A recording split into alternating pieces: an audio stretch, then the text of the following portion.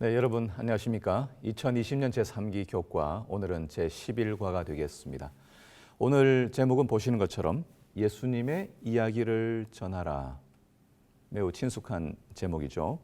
자, 전하라 그러니까 또 반복하지만 우리는 자꾸 전도를 이렇게 강요하는 듯 또는 전도를 계속해서 이렇게 하도록 요구하는 일들을 계속 해왔기 때문에 이렇게 제목을 쓰는 게 자연스럽지만은 사실 저자는 마크 필리 목사님은 의도적으로 그런 느낌들을 피하고 있습니다. 그래서 제목들, 영어 제목들을 보면은 뭐 이렇게 명령형으로 이렇게 이야기하고 있는 것들이 거의 없고요. 여기 내용도 이제 sharing the story of Jesus, 예수님의 이야기를 전함, 예수님의 이야기를 전하기, 어떻게 전하면 될까? 이렇게 이제 되는 제목들입니다. 그래서 이 저자가 좋아하는 단어 중 하나가 sharing이라는 단어예요. 뭐 이전 그 주제에도 sharing이라는 단어를 썼거든요.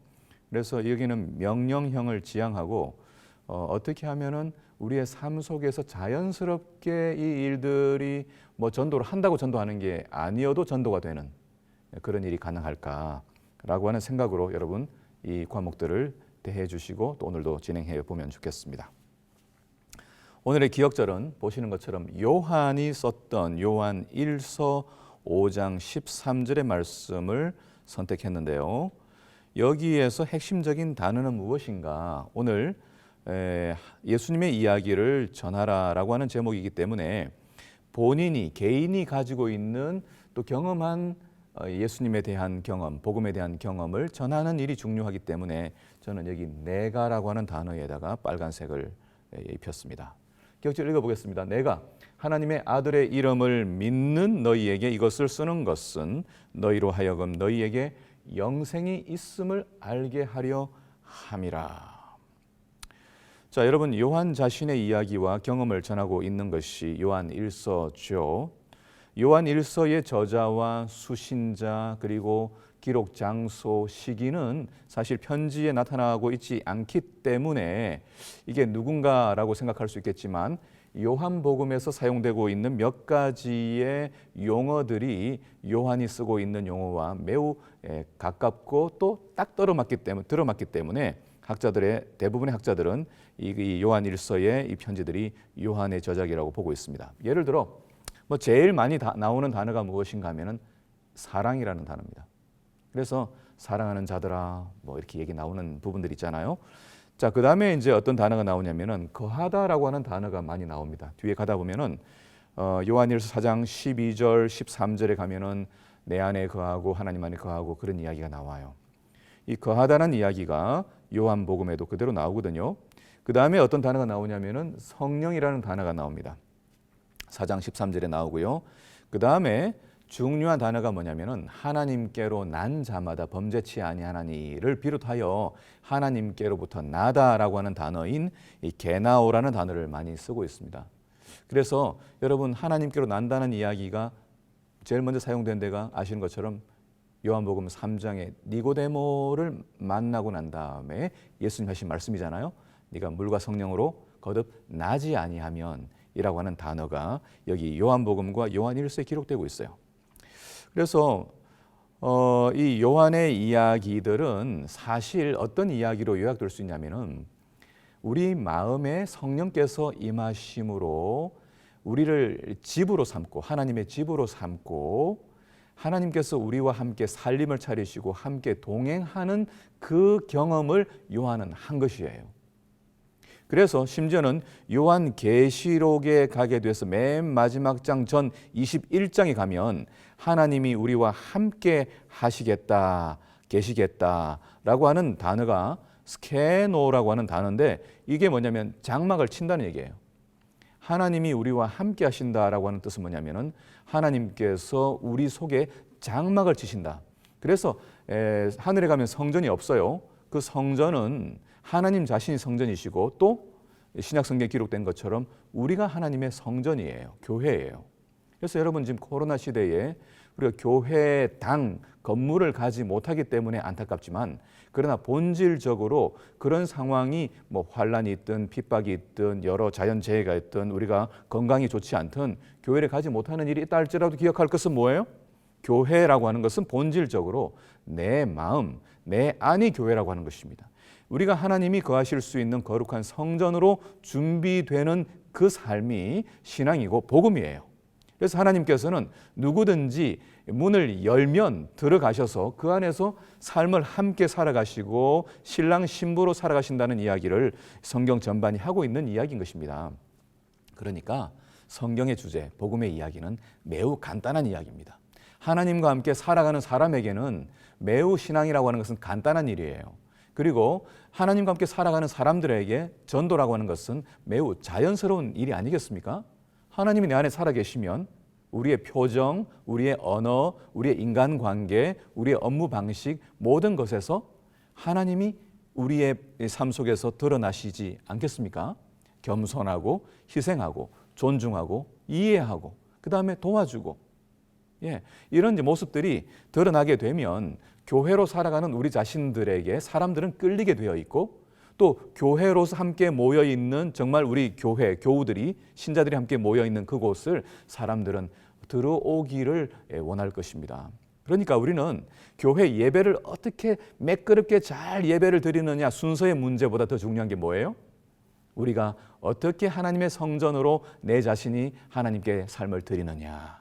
그리고 함께 있는 가족들과 이웃들과 신자들과 함께 우리가 하나님 나라의 표지, 예고편으로서 하나님 나라에 가게 되면 겪게 될 어떤 그 특징들을 조금이라도 구현하게 되는 것. 그러면 된다는 것입니다. 자, 이 요한은 경험했던 사람이에요. 안식일 날 서론에 보면은 이 저자는 굉장히 중요한 이야기를 이야기하고 있습니다. 이미 이전 과에서도 한번 언급된 이야기가 계속 반복되고 있는데요. 여러분 한번 잘 생각해 보세요. 변화된 삶보다 복음의 능력을 매력적으로 설명하는 것은 없다. 사람들은 그대의 신학을 가지고 토론할 수 있다. 아니면 교리에 대해 논쟁을 벌일지도 모른다. 또는 그대의 성경관에 대해 의문을 제기할 수도 있다. 그러나 예수님이 그대의 삶에 무슨 일을 행하셨고 그대의 삶에 그분이 어떤 의미가 있는지를 말하는 간증에 대해서는 거의 물음표를 달지 않을 것이다. 여러분 이거 너무 분명한 이야기 아닙니까? 많은 어떤 분들은 이 신앙이라고 하는 것을 성경에 있는 이야기를 정확하게 이해하는 것으로 보는 분들이 계세요. 이게 재림교회가 가지고 있는 굉장히 좋은 장점입니다만은 그러나 그것은 우리 삶 자체가 하나님과 함께 그분의 집으로서 그분과 함께 동행하면서 성령이 내 안에 계시기 때문에 학교에 가든지 시장에 가든지 버스를 타든지 어디 무슨 일을 하든지 하나님과 함께 계신다는 생각을 잊어버리지 아니하고 살아가는 것, 그게 신앙의 본질이거든요. 근데 그것은 놓쳐버린 채 옳고 그른 것으로 논쟁하고 변증하고 하는 형태로 설득적 논리로 사람들을 하나님께로 이끌어 온다라고 생각하는 분들이 많다는 거예요. 그래서 진리라고 하는 것이 그냥 신학적인 교리 형태의 문제처럼 그냥 기술되어 있는 문장이라고 생각한다는 것이죠. 이게 이제 재림교회가 가지고 있을 수 있는 특징인데, 왜냐하면 초창기부터 저희 교회의 선구자들은 성경의 말씀을 이렇게 이해할 때 성경이 성경을 해석하는 굉장히 중요한 원칙을 가지고 있었거든요. 그 장점이 있어서 우리가 재림교회가 출현했습니다만, 그러나 그것이 잘못 오해되면 그 자체가 신앙의 본질로 생각할 수도 있겠다라고 하는 것입니다. 여러분 한번 생각해 보시면 좋겠습니다. 그 다음 계속해서 어떤 이야기가 나오냐면은 전도라고 하는 것은 예수님에 관하여 우리가 뭐 하는 건요? 아는 것을 전하는 것이다. 사실 제일 어려운 일이 뭐냐면 모르는 것 아는 척 하는 거예요. 그리고 없는데 있는 척 하는 거예요. 그렇죠? 자, 우리가 예수님을 안다 그러면 그분을 전하는 것은 그렇게 어렵지 않다는 거예요. 사실 말하지 않아도 전할 수 있을 거예요. 그것은 그분이 우리에게 어떤 의미이며 우리를 위하여 무슨 일을 하셨는지 다른 사람들에게 알리는 것이다. 만약 우리가 믿고 있는 것이 옳고 다른 사람들이 믿는 것은 그러다는 사실을 증명하는 것이 전도라면 뭐라고요? 우리는 심각한 반대에 직면할 것이다. 한국 재림교회가 지금 역사가 100년이 넘어갔습니다마는 우리가 여전히 한국 사회에서 이단 시비 속에 들어있는 그 원인 중 하나는 어쩌면 저희들이 만들어냈는지 몰라요. 우리가 우리의 진리를 전하는 일에 있어서 안식일의 소중한 기별을 전하는 데 있어서 너무나 논증적으로 그다음에 그 논리적으로 전하는 것에 집중해 왔는지 모른다는 거예요. 그래서 우리가 옳다라고 하는 것을 증명하는 것에 맞추어진 이 전도가 과거에는 효력이 있었고 그다음에 여러분들도 그렇게 해서 신앙을 하게 되었지만은 그러나 오늘날 우리가 만나는 사람들은 내가 옳다라고 하는 사람들을 상대해 주지 않습니다. 우리가 옳다라고 하는 것은 자연스럽게 증명되어야 하는 것이거든요. 이 사람들의 삶의 모습이 참 좋은 것이다 라고 하는 것이 증명되거나 그것이 자연스럽게 드러나야만 한다는 것이죠. 그래서 우리 교회 안에서 불행하게도 교회를 오래 다니신 분들 가운데 어떤 분들은 정말 많은 성경의 내용들을 아세요. 그런데 그분들 때문에 어떤 때는 상처를 많이 받는 경우들이 왕왕 있는 것을 여러분 아실 겁니다. 예, 옳으니까 그렇게 하지 말아라. 이렇게 해야 한다. 또 심지어는 이것을 먹어야 한다. 말아야 한다. 어떤 사람의 상태나 이 배경을 전혀 고려하지 않은 상태에서 그냥 이렇게 이야기 직접적으로 하게 됐을 경우에는 교회 안에 들어왔던 사람도 도망가게 되어 있습니다. 여러분, 교회가 정말 많은 사람들이 숨을 쉬고 지금 어디 갈 데가 없어가지고 정말 이렇게 어려움을 겪는 코로나 상황인데 정말 교회가 오픈되어서 거기 한쪽에서라도 기도하고 쉼을 얻을 수 있는 그런 장소가 되기를 원한다면 여러분, 우리의 시각 가운데 용납하지 못할 사람이 없어야 할 거예요. 예수님으로부터 우리는 배워야 할 것입니다. 그래서 우리는 안식일에 대해서 안식일에 왜 이렇게 하냐, 안식일에 왜 이렇게 하지 않느냐 이렇게 이야기하는 경우들이 많아요. 단적으로 그냥 예를 하나 들어서 한번 생각해 봐요. 혹시 청년들 가운데에서 반바지를 입고 슬리퍼를 끌고 교회를 온 친구가 있다 쳐요. 자, 여기 듣고 계시는 분 가운데 어떤 분이 있을지 모르는데 자, 여러분 어떻게 하시겠습니까? 옷 갈아입고 똑바로 입고 교회에 와 이렇게 하시겠습니까? 옛날에 어떤 친구들이 이런 이야기 한 적이 있습니다. 자기가 교회를 떠난 이유가 있는데 왜 떠났냐? 어릴 때 교회에서 정말 이렇게 성경학교도 하고 먹을 것도 주고 하니까 교회 와서 자주 놀았는데 교회에서 어느 날 떠들고 이렇게 놀고 있는데 한 장로님이 와서 이야기하기를 그렇게 떠들 거면 교회 오지 마! 여러분 그래서 안 왔대요. 그래서 떠났답니다. 오지 말라니까 오지 말아야죠 뭐.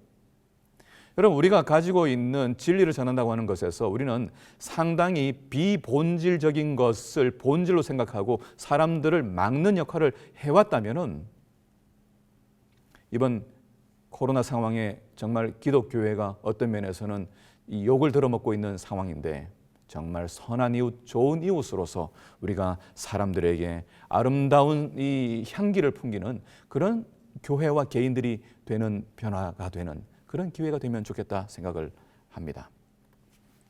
자, 계속해서 그러나 우리의 증언이 그분의 은혜로 말미암아 변화되고 그분의 사랑에 매료되며 그분의 진리에 탐복한 심령에서 우러나온다면 사람들은 우리가 믿는 진리로부터 뭘 받는다고요?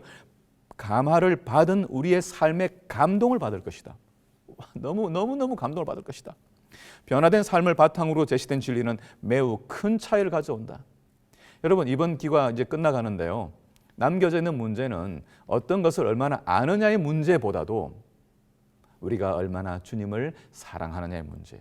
요한이 그렇게 고백했던 것처럼 우리가 주님을 사랑하는 주님의 사랑을 듬뿍 받아서 자유롭게 우리의 모든 이 삶의 모습을 다 용납해 주신 주님의 이 사랑을 생각하면서 다른 사람들을 용납해 주는 그런 넓은 마음을 갖게 되면 좋겠다 생각합니다.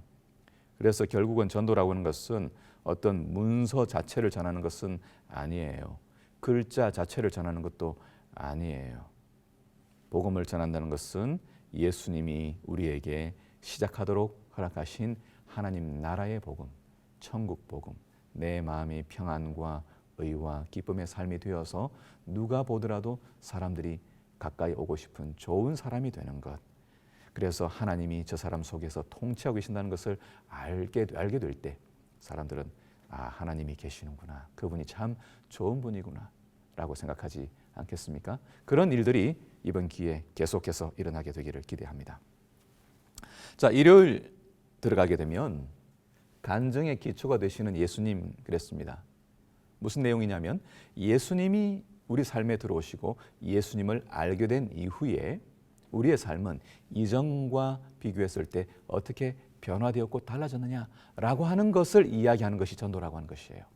그래서 에베소서 2장 3절에 바울은 이야기하기를 전에는 우리도 다 그 가운데서 우리 육체 욕심을 따라 지내며 육체와 마음에 원하는 것을 하여 다른 이들과 같이 본질상 진노의 자녀이었더니. 모르겠습니다. 어떤 분들은 바울이 이야기하는 것처럼 폭행을 하거나 살인을 방조하거나 이렇게 한 일이 없기 때문에 나는 죄인이라는 생각을 하기가 어려울지 몰라요. 저도 어릴 때부터 우리를 구원하시고 용서하시는 하나님에 대한 사랑을 듣는데 뭐가 이해가 안 되냐면 제가 죄인이라는 생각이 안 드는 거예요. 내가 다른 사람과 비교했을 때 그렇게 나쁘게 안 보이는 거예요. 그래서 사실 예레미야 17장 9절에 있는 것처럼 만물보다 심히 부패한 것은 사람의 마음인데 이를 누가 알리오만 그렇게 이야기했거든요. 세상에서 제일 풀기 힘든 문제, 세상에서 제일 알기 힘든 것이 뭐냐면은 자기 자신이 죄인이라는 사실이죠.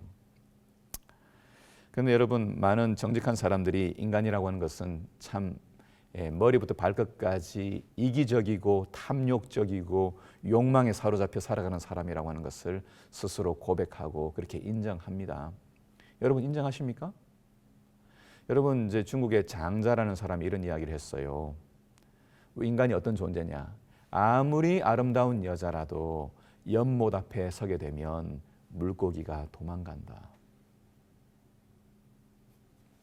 우리는 우리 자신의 존재 자체가 다른 사람에게 위협이 되는 그런 존재라고 이야기한 거예요. 이 장자 이야기를 제가 기억하면서 떠올리는 시가 하나 있는데, 동중원 앞에 우리 은퇴하신 서만지 목사님이 쓰신 시가 한동안 재림 우리 연수원에 있었거든요. 제가 그 시 마음에 담고 거의 외우다시피 하는데요. 이런 시를 정직하게 적으셨어요. 이런 내용이죠. 기도실에 들어갔더니 10발 달린 지네 같은 벌레겠죠. 벌레가 날 보고 도망가네. 자기보다 더 징그러운 놈이 들어왔다고. 이런 내용입니다. 기도하러 산에 들어갔더니 독사가 날 보고 도망가네. 나보다 더 독한 놈이 들어왔다고. 기도하시는 동안에 아마 목사님 내면을 보신 것 같아요. 여러분, 인간에게는 로마서 3장 12절에 있는 것처럼 선한 것이 하나도 없습니다. 우리가 거룩하게 드리는 예배라도 찬양이라도 그 속에는 인간이 가지고 있는 죄의 찌꺼기와 DNA가 작동하고 있습니다.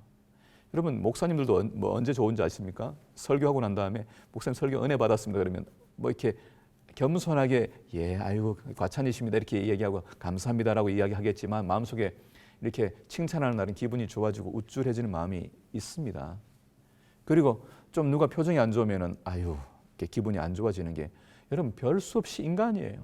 도를 30년을 닦든 50년을 닦든 목사님이든 죄송합니다만은 교단의 지도자가 되든 모두가 다 죄인이에요. 그런데 얼마나 죄인인지에 대해서 아는 것이 너무너무 어렵다고요. 어렵다 보니까 교회에 나와서 이 이름은 그리스도인이라고 돼 있는데 전에 내가 어떤 사람이었으며 오늘도 우리가 이 하나님의 자녀가 됐다고 하는 것이 우리가 개선된 여지가 뚜렷하기 때문이 아니라 있는 그대로 받아주신 하나님의 은혜와 사랑이 일반 회사나 기업이나 어떤 단체와 다르기 때문에 그냥 받아주신 은혜에 의해 감복해서 우리가 하나님 자녀가 된 거예요. 근데 그걸 아는 게 너무 힘든 거예요. 어떤 친구가 이렇게 이야기했습니다. 예술하는 분들이 사진을 찍기 위해 숲에 들어갔다가 예쁜 꽃, 그다음 배경을 탁 발견하고 나면 그 사진을 찍는데요. 그러고 난 다음에 충격적인 이야기를 하는데 그 꽃을 꺾어버린답니다. 왜 그럴까요? 그 다음에 오는 사람이 그 사진을 못 찍도록 하기 위해서. 이런 심보가 어디 있습니까, 여러분? 그런데 그게 인간이라고요. 그래서 여러분, 파스칼이라는 사람이 이렇게 수학자이기도 하지만 이 사람은 철학자이고 신학자였거든요. 파스칼이 뭐라고 이야기했냐면은 인간이 평생 동안 해왔던 일들을 법의 기준에 정확히 오픈해서 들이댄다면 평생 동안 10번 정도 사형에 처하지 않을 사람은 아무도 없다, 그렇게 이야기했습니다. 우리가 그런 존재입니다. 그런데 이제는 뭐예요? 이제는 보니 그리스도께서 죄인을 위하여 돌아가신 것입니다. 그리스도께서 우리를 위하여 목숨을 버리시고 우리를 그대로 용납하셨어요.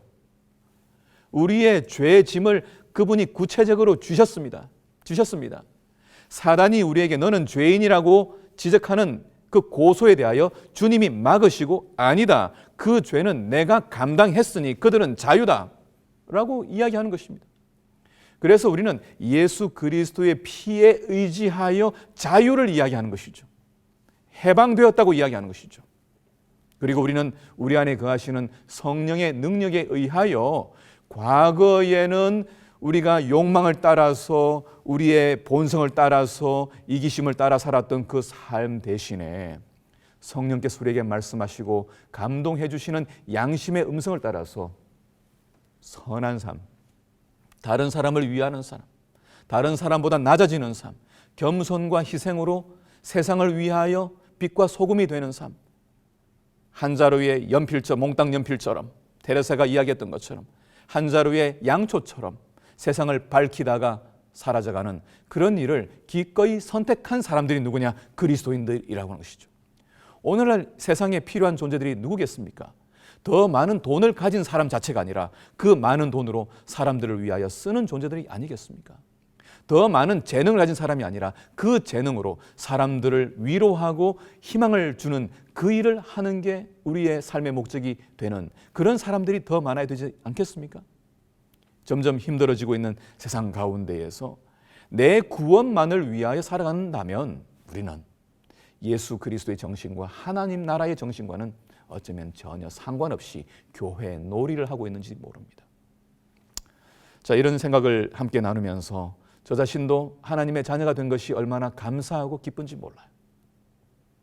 우리가 7번 쓰러질지라도 다시 일어날 수 있는 것은 하나님께서 여전히 우리의 손을 붙들어 주시고 우리에 대한 사랑을 버리지 않으셨기 때문에 아무도 대적할 수 없는 하나님의 사랑에 의지하여 우리 다시 한번 일어서게 되면 좋겠습니다. 일요일 소지에 에베소서 2장 10절에 그 다음에 우리가 하나님을 만난 다음에 변화된 삶에 대하여 이야기를 하면서 어떤 이야기를 하고 있냐면은 우리가 지향하고 가는 삶이 무엇이냐? 우리는 그가 만드신 바라 그리스도 예수 안에서 선한 일을 위하여 지으심을 받은 자니 이 일은 하나님이 전에 예비하사 우리로 그 가운데서 행하게 하려 하심이니라. 이제는 어떤 삶이에요? 하나님이 만드셨던 원래의 창조의 목적을 따라 살아가는 것인데 그게 뭐라고요? 선한 삶을 살아가는 것이라고요. 왜 그럴까요? 우리는 하나님의 형상대로 창조되었다 그러잖아요. 근데 하나님이 어떤 분이에요? 하나님을 묘사하는 단어는 하나님의 성품을 기술하는 내용이에요. 여호와로다 여호와로다 그는 자비롭고 은혜롭고 노하기를 더디하고 이렇게 이야기하세요. 그러니까 하나님은 어떤 분이시냐면 그분의 사랑의 성품으로 그분을 소개하는 분이에요.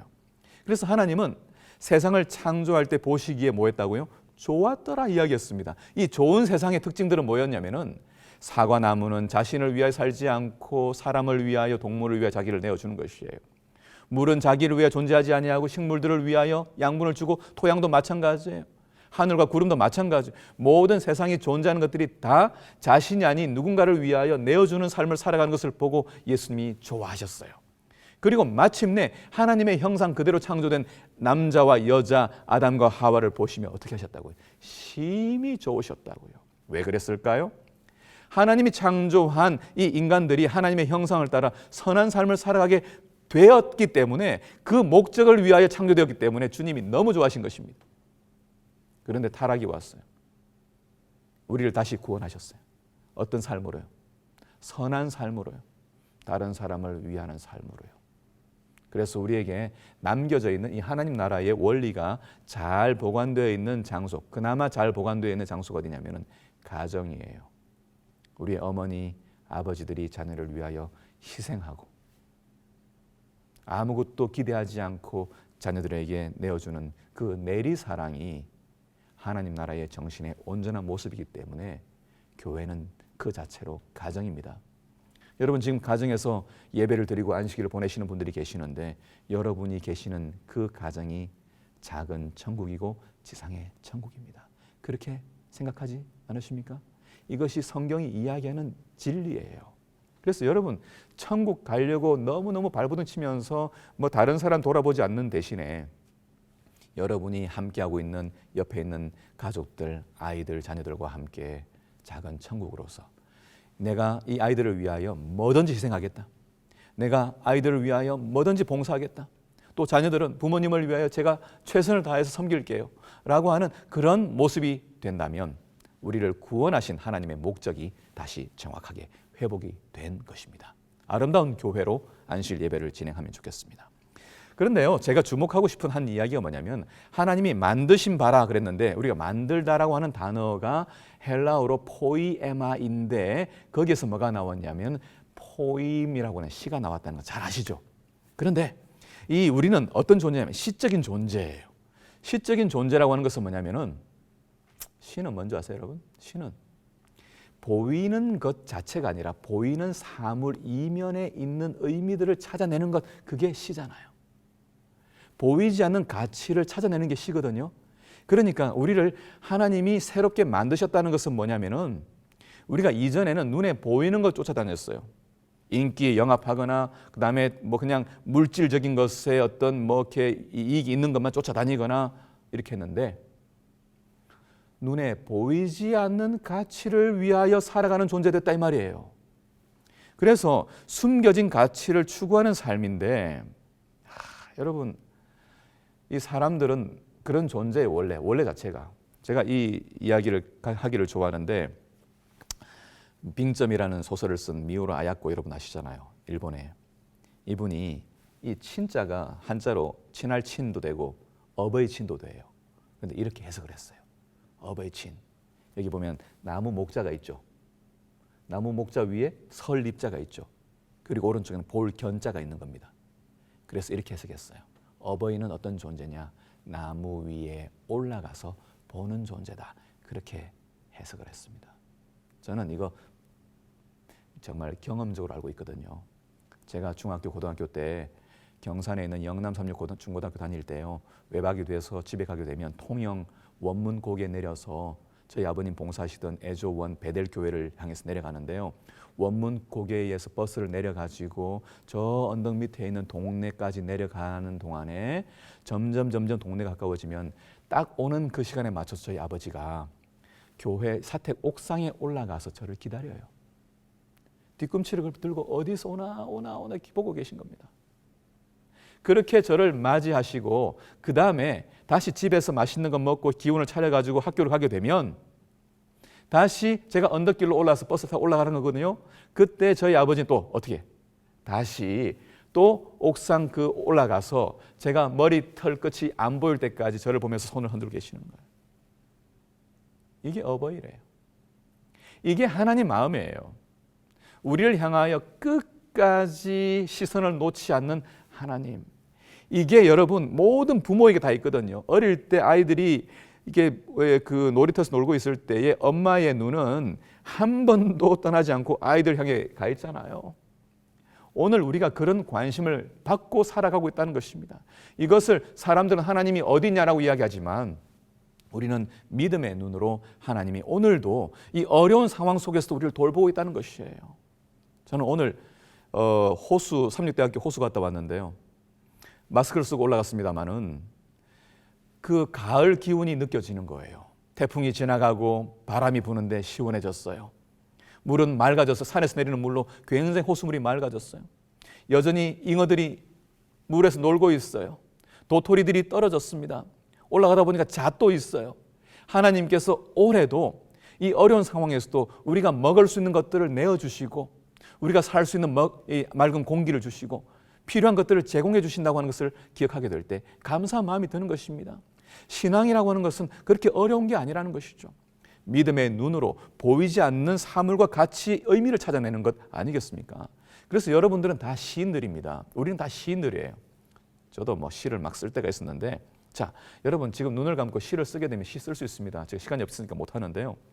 제가 좋아하는 책 가운데 류시화라고 하는 분이 엮은 한 줄도 너무 길다 그런 시가 있는데, 이건 일본에서 나온 일본 사람들이 주로 쓰는 이제 우리 시조 같은 시예요. 말하자면 3줄짜리 시인데 내용 몇 가지 가져왔는데 한번 보세요. 얼마나 기발한지.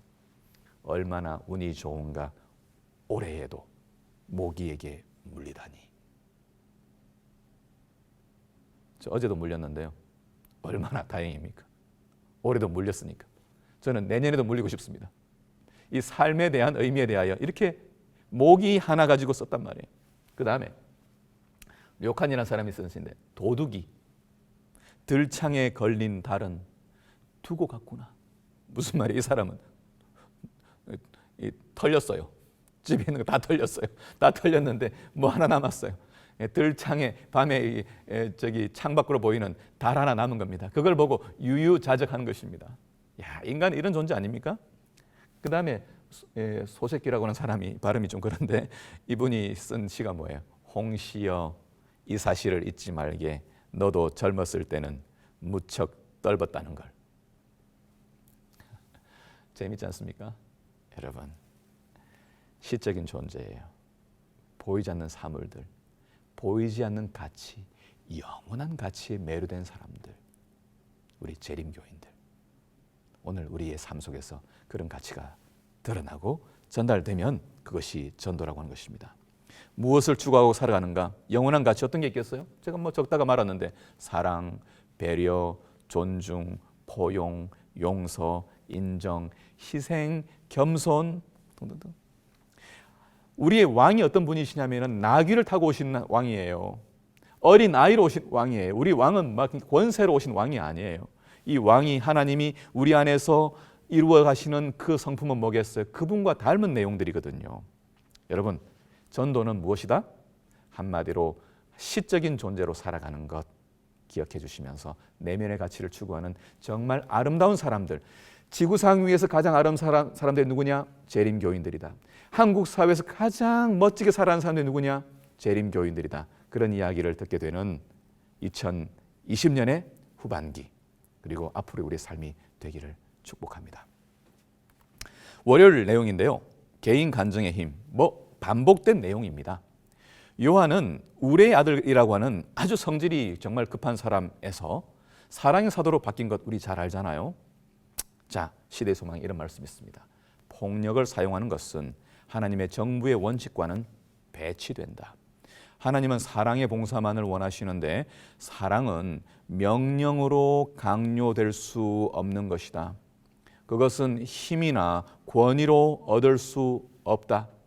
사랑은 오직 사랑으로만 일깨워진다. 놀라운 말씀이고요. 핵심적인 말씀입니다. 오늘 우리 교회가 하나님의 영광을 드러내는 아름다운 기관으로 존재하기 위해서는, 오늘 우리의 가정과 개인이 사람들에게 아름다운 하나님의 성품을 드러내는 사람들 가정이 되기 위해서는, 오늘 여기서 주어진 사랑의 원칙을 우리의 삶 가운데에서 배워나가는 일이 필요하겠다는 것입니다. 우리는 자기 중심적인 존재들이에요. 항상 다른 사람들을 내 어떤 명령과 내 어떤 프레임 속에다가 집어넣으려고 하는 그런 욕망들을 가지고 있는 마귀의 자식들입니다. 그런데 성령께서 우리 안에 들어오셔서 그 마귀의 영을 쫓아내셨고 성령께서 좌정하셨습니다. 그래서 그분의 영은 평화의 왕이에요. 샬롬이에요. 모든 사람과 화평하게 만드는 그러한 정신이 다른 사람들에게 뭐 할 수 없다는 거예요. 강요할 수 없다는 거예요. 전도의 방식을 유념해서 수정해야 될 부분이 있다는 것을 기억해야 합니다. 우리 교회가 사람들이 준비되지도 않았고 받을 준비도 되지 않았고 원하지도 않는데 읽으라고 갖다 던져주는 그런 방식의 전도로서는 사람들의 눈살을 찌푸리게 할 뿐만 아니라 등을 돌려서 진리로부터 진리를 발견할 수 있는 기회를 상실하게 만들 수도 있다는 것을 기억해야 할 것입니다. 우리는 때때로 우리가 동의되지 않은 것을 일방적으로 밀어붙이거나 요구하는 일들을 하는 경우들이 있습니다. 교회의 행정에서도 그렇게 보이고요. 기관에서도 보이는 경우들이 있습니다. 당사자, 이해 당사자와 관련된 사람들과 합의하고 마음으로 합쳐지지 않은 어떤 결정들을 하는 것, 그것은 폭력을 행하는 것이고 사단의 정신에 해당된다는 것을 여러분들은 알고 계시나요? 요한계시록에서 사단은 누구든지 이마에나 손에 표를 받지 않는 자는 매매하지 못하게 하고 몇이든지 죽이게 하겠다, 그렇게 이야기하고 있습니다. 왜 우리가 신앙의 양심과 종교의 자유를 이야기합니까? 그것은 하나님께 속한 정신인데 누구도 그것을 침해할 수 없기 때문 아니겠습니까? 어떤 권위로라도, 교회의 권위로라도, 아버지의 권위로라도, 어떤 사람도 절대 한 인간이 가지고 있는 절대 자유와 선택의 선택권을 훼손시킬 수 없다는 사실을 여러분이 기억해야 할 것입니다. 우리 그렇게 살아가면 좋겠어요. 저는 그렇게 되기를 기대합니다. 화요일에 예수님의 이야기를 전함했는데요. 여기에는 이과, 우리가 본 이과의 뜻밖의 증인들이라고 하는 대목에서 이 내용을 정확하게 다뤘습니다. 여러분 아시는 것처럼 대가볼리에 있던 귀신 들린 사람, 돼지떼로 들어간 여러분 이야기 아시잖아요. 그 사람들이 12제자보다 먼저 선택된 선교사였다라고 시대소망에서 이야기하고 있어요. 전도를 위한 가장 확실한 준비는 무엇이기 때문에요? 오랜 신학적인 공부를 하는 것이 아니라 예수님을 만난 일이에요. 하나님이 어떤 분이신 정확한지 그분을 만난 것입니다. 그분을 만나고 경험한 증거가 있었기 때문에 그들은 대가볼리로 들어가서 최초의 선교사가 되었다라고 하는 것입니다. 시대소망에 계속해서 설명하기를 겨우 잠깐 동안 이 사람들은 그리스도의 가르침을 들을 특권을 누렸다. 그들은 예수의 설교를 한 번도 들은 적이 없었다. 그들은 날마다 그리스도와 함께 있었던 제자들처럼 사람들을 가르칠 수는 없었다. 그러나 그들은 예수님이 메시아라는 증거를 자신이 어디에? 몸에 가지고 있었다. 바울도 그런 이야기했어요. 내 몸에 예수의 흔적을 가지고 있다. 그렇게 얘기했습니다. 내 몸에, 내 안에서 작동되고 있는 그 증거가 그리스도가 어떤 분인지를 증거하는 일에 있어서 내 삶의 변화를 일으킨 분이 누구신지를 증거하는 일에 있어서 완벽한 준비를 했다는 것입니다. 수요일 소지, 확신을 가지고 증거함, 구원의 확신. 여러분, 우리가 하나님께 어떻게 구원받았는지에 대하여 확신을 가지고 있다면 준비가 끝난 것입니다. 오늘 조금 제가 도와드리려고 합니다. 만약 우리에게 예수님을 통해 주어진 구원의 확신이 없다면 그것을 다른 사람에게 전할 가능성도 없을 것이다. 우리는 가지고 있지 않은 것을 남에게 줄 수 없다. 자신이 구원을 받을 만큼 선한지에 대해 의심하며 내가 구원받았을까? 내가 이래도 될까? 내가 이래도 하나님 용납하실까를 생각하면서 끝없는 불확실성 속에서 살아가는 소심한 그리스도인들이 있다. 그래서 오래전 한 설교자는 이렇게 말했다. 유명한 이야기죠. 내 자신을 바라볼 때는 구원받을 가능성이 조금도 없다. 하지만 예수님을 바라볼 때는 멸망받을 가능성이 하나도 없다. 여러분, 주님이 오시는 시간이 가까운 이때에 우리가 주님을 맞이할 준비는 어디에서 가능할까요? 주님이 우리를 위하여 이루신 일과 오늘 우리의 마음 가운데서 이루어 가시는 일을 믿는 믿음 안에서 준비가 이루어진 줄로 믿습니다. 하나님은 저와 여러분을 주님의 자녀로 부르셨고 그 모든 상속을 우리에게 허락하시고 약속하셨습니다. 이것을 믿는다면 우리는 주님의 자녀로 오늘 변화된 것이에요. 그 변화가 우리 삶 속에서 충만해지면 충만해지고 분명해지면 분명해질수록 하나님을 더욱 분명하게 증거하지 않겠습니까? 자, 저는 어릴 때에 정말 저도 하나님께 구원받았을까, 죄 용서가 되었을까 고민하면서 제가 성경을 읽은 이유가 내가 구원받을 수 있을까를 생각하면서 막 읽었어요. 그러면서 찾은 성경절들이 A4지로 여러 장들 찾았습니다. 제가 그걸 찾아놓고 이 말씀이 진리이기 때문에 내가 구원받은 게 맞구나 라고 생각하게 되었어요. 자, 몇 가지 우리 잘 아는 말씀인데 디모데전서 1장 15절 미쁘다, 신실하다, 믿을 만하다 모든 사람이 받을 만한 이 말이요 그리스도 예수께서 죄인을 구원하시려고 세상에 임하셨다 하였도다. 죄인 중에 내가 괴순이라. 어쨌다고? 과거의 삶에서 내가 어떤 삶을 살았든지 오늘 다시 용납해 주시는 하나님의 은혜를 우리가 받아들인다면 우리는 그 말씀의 약속에 의지하여 구원을 받은 것 아닙니까? 계속해서 디모데후서 2장 13절에 우리는 신실함과 진실함과 일관성 있는 삶을 살 수 없을지라도 우리의 주님은 항상 변하지 않고 영원하신 분이시기 때문에 항상 신실하시기 때문에 자기 스스로를 부인할 수 없는 분이시기 때문에 우리의 구원은 확실하다. 그분의 영원하신 사랑의 존재에 근거하여 그분이 우리에게 주신 구원도 확실하다. 믿으십니까? 그 구원은 내가 오늘 얼마나 선행을 했는지 얼마나 변화되었는지가 아니라 하나님께서 우리를 위하여 이루신 그 분명한 십자가의 희생과 용서 그리고 우리 안에 세워진 하나님의 나라 성령의 감동 감화로 살아가는 우리의 삶 죄와 싸워서 이기는 삶 이걸 통해서 우리는 구원이 이루어진 것을 이야기할 수 있다는 사실입니다. 승리하는 교회 하나님이 우리 안에 살아가시는 교회 이것이 인간에게 주어진 축복과 특권 가운데 가장 놀랍고 가장 귀한 특권이 아니겠습니까? 저는 이것을 붙든 것입니다. 여러분 다시 한번 이 시간 붙들게 되기를 간절히 바랍니다.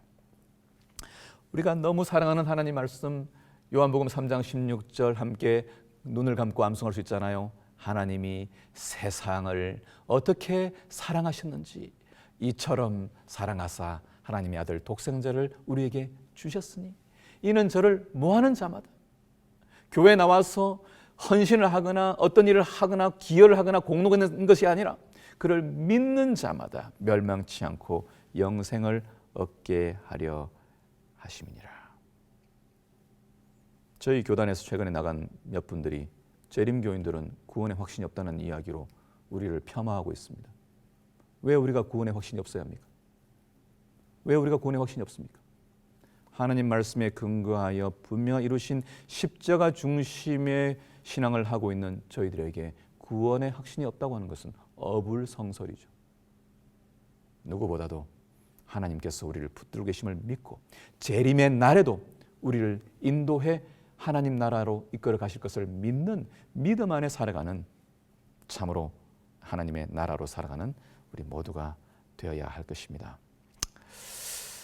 자, 수요일 소지에 진짜 전도의 힘은 어디 있느냐? 하나님이 나와 함께 하시기 때문에 나타나는 즐거운 인생, 행복한 가정, 우애 좋은 교우, 밝은 미소, 건강한 삶, 자족하는 삶, 고난 속에 인내, 죽음을 맞닥뜨렸어도 가질 수 있는 소망 이것이 전도라고 하는 것이죠. 여러분 언제나 웃을 수 있습니까? 믿음을 갖게 되는 경우에는 우리가 주님이 나와 함께 하신다는 것을 믿는 상황 때에는 언제든지 미소 지을 수 있습니다. 여러분 사진 카메라 앞에서 웃는 것이 힘든 분들 계신지 모르겠는데 한번 연습해 보시기 바랍니다. 언제든지. 사실 저는 지금 아무도 없는 데서 카메라 앞에서 지금 강의를 하고 있는 거거든요. 그런데도 제가 실제로 여러분들이 있는 것처럼 그렇게 생각하면서 강의를 하고 있는 겁니다. 여러분 우리는 얼마든지 혼자 있을 때도 그렇게 살 수 있습니다. 여러분 우리 삶의 목적은 내가 더 잘 살기 위한 삶의 목적이 아니에요. 그건 그냥 죄인들, 태어난 사람들은 다 자기 잘 살려고 살아요. 근데 우리 삶의 목적은 뭐예요? 다른 사람을 잘 살도록 만드는 것이 우리 삶의 목적 아닙니까? 그것이 말씀이든지 물질이든지 빵이든지 의로 봉사든지 뭐든지 다른 사람을 잘 살게 만드는 그 삶의 목적이야말로 얼마나 제대로 된 인생이고 목적이고 그 다음에 이 정말 보람찬 삶인지 모른다는 것이에요. 여러분 그런 우리 삶의 모습이 자연스럽게 전도되는 것이다 라고 하는 것입니다. 목요일 내용입니다. 정언할 가치가 있는 누구를 정언할? 내 안에 살아계시는 분은 그리스도 메시아 내게 왕이 한 분 계시는데 내가 섬기는 왕이 한 분 계시는데 그분이 그리스도 이 땅에 오셨던 사람으로 오셨던 예수님이시다 라고 하는 것 이거는 전할 가치가 있는 것이라는 것이죠. 내가 변화된 삶을 가능하게 하신 분이니까. 그래서 갈라디아 2장 20절에 말하는 것처럼 내가 그리스도와 함께 십자가에 못 박혔나니 그런즉 이제는 내가 사는 것이 아니요 오직 내 안에 그리스도께서 사시는 것이라. 이제 내가 육체 가운데 사는 것은 나를 사랑하사 나를 위하여 자기 자신을 버리신 하나님의 아들과 똑같은 삶, 그를 믿는 믿음 안에 사는 것이라. 여러분, 영적 갈등을 우리가 하는 때가 있습니다. 사랑의 대상을 놓고 누굴 사랑할까? 마태복음 6장 24절에 말하기를 한 사람이 두 주인을 섬기지 못할 것이니 혹 이를 미워하고 저를 사랑하거나 혹 이를 경히 여기고 혹 저를 중히 여길 것이다. 신앙은 누구를 사랑하느냐의 문제입니다. 죄도 마찬가지입니다. 죄도 사랑의 문제입니다. 죄를 사랑할 것이냐 하나님을 사랑할 것이냐의 문제죠. 오늘 그 앞에서 내가 섬기는 나를 사랑하신 그분의 사랑을 보았기 때문에 그를 사랑하겠습니다. 비록 내 욕망이 로마서 7장에서 이야기했던 것처럼 나를 사로잡아오는 그 욕망이 있지만은 그것을 이길 만한 힘을 얻을 수 있는 유일한 길은 우리를 위하여 목숨을 버리시고 영원한 생명과 시간을 허락하신 그리스도가 나의 왕이라고 하는 것을 믿게 되는 그 순간에 우리에게 엄청난 파워가 있다는 것입니다. 그래서 저는 여러분과 함께 이번 과는 찬양으로 마쳐보고 싶은 생각이 있었습니다. 코로나 상황 어렵습니다. 점점 어려워집니다. 마스크 쓰는 자체가 어려운 것은 아무것도 아닌 것 같아요. 경제가 너무 힘들어졌고 우리 신자들 가운데서 어려움 겪는 분들이 많이 있는 것 같습니다. 그럼에도 불구하고 우리가 평안하고 자유로운 삶을 살아갈 수 있는 것은 어디에서 가능할까요? 말씀을 순종하는 삶이죠. 찬미가 5장 544장에서 이런 내용이 있지 않습니까? 예수 따라가며 복음 순종하면 우리 행할 길 환하겠네. 주를 의지하며 순종하는 자를 평생 떠나지 않으리라. 의지하고 순종하는 길은 예수 안에 즐겁고 복된 길이로다. 사랑하는 형제 자매 여러분, 주님이 곧 오실 것입니다. 그때까지 어떤 삶을 살아야 할까요? 전도해야 한다고 달달 볶던 일들은 우리가 그만둬야 합니다. 전도는 하라고 시켜서 되는 게 아니에요. 그리스도를 만났다면, 이 복음을 믿었다면 우리에게는 아름다운 삶의 모습이 자연스럽게 흘러나가게 되어 있는 것입니다. 그러니 우리가 더 많이 말씀을 읽고 더 많이 주님을 알고 주님을 더 사랑하게 되는 시간으로 우리의 삶을 채워가시면 좋겠습니다. 마지막에 있는 이야기를 읽겠습니다. 신앙에 관하여 경박하게 말하거나 줄인 심령과 산 믿음 없이 기도하는 것은 아무런 소용이 없다. 그리스도를 단순히 세상의 구조로 받아들이는 명목상의 믿음은 결코 심령의 치유를 가져올 수 없다. 구원에 이르는 믿음은 단순히 진리에 대한 지적인 동의가 아니다. 그리스도에 관하여 믿는 것으로는 충분하지 않다. 우리는 그리스도를 참으로 믿어야 한다. 우리에게 유익을 주는 유일한 믿음은 곧 그리스도를 개인의 구주로 믿는 것, 곧 그리스도의 공로를 우리들 자신의 것으로 삼는 믿음이다. 효력 있는 믿음은 수로보니게 여인 같은 사람들이 가졌던 믿음이죠. 참으로 믿는 것이죠. 증거를 가지고 있는데도 믿지 못하는 신앙은 참된 신앙이 아니죠. 참으로 믿는 신앙. 하나님의 미쁘심을 우리가 선전하는 것은 그리스도를 세상에 나타내는 데 있어서 하늘이 선택한 수단이다. 가장 효력이 있는 것은 우리 자신의 경험에 대한 증언이다. 우리는 자신 속에 있는 하늘의 능력을 드러내는 하나님의 증인들이다. 각 개인은 모든 다른 개인과는 구별되는 생애를 살며 본질적으로 다른 사람의 경험과는 같지 않은 경험을 가지고 있다. 하나님은 우리 자신의 개성으로 특징 지워진 찬송을 하나님께 당신께 상달시키기를 원하신다. 그리스도와 같은 생애가 뒷받침이 될 때에는 하나님의 은혜의 영광을 찬송하는 귀중한 고백은 영혼의 구원을 위하여 역사하는 강력한 능력이 된다. 여러분, 그래서 그리스도인들은 어떤 사람들인가? 노래하는 사람들입니다. 그리스도인들은 14만 4천 명으로서 구원받을 사람들은, 허담 무리들은 어린 양의 노래, 모세의 노래를 부르는 사람들인데, 그들은 자신들을 구원한, 자신들을 변화시킨 놀라운 직접적인 경험을 노래하는 사람들, 그것을 간증하는 사람들이라고 하는 것이에요. 그래서 우리의 노래가 모였을 때는 엄청난 파워가 있을 것입니다. 우레 소리처럼, 천둥 번개 소리처럼 사람들과 온 우주에 펼쳐나갈 것입니다. 그 노래를 우리가 이 땅에서도 불러야 하지 않겠습니까? 이번 주에, 그리고 앞으로의 삶 가운데에서 성령께서 우리 안에서 이루어 나가는 놀라운 변화의 삶을 우리의 찬양을 통해서, 우리의 삶을 통해서 노래로 전해가는 아름다운 생애가 되기를 바라면서 오늘 10일과 교과를 마무리하겠습니다. 감사합니다.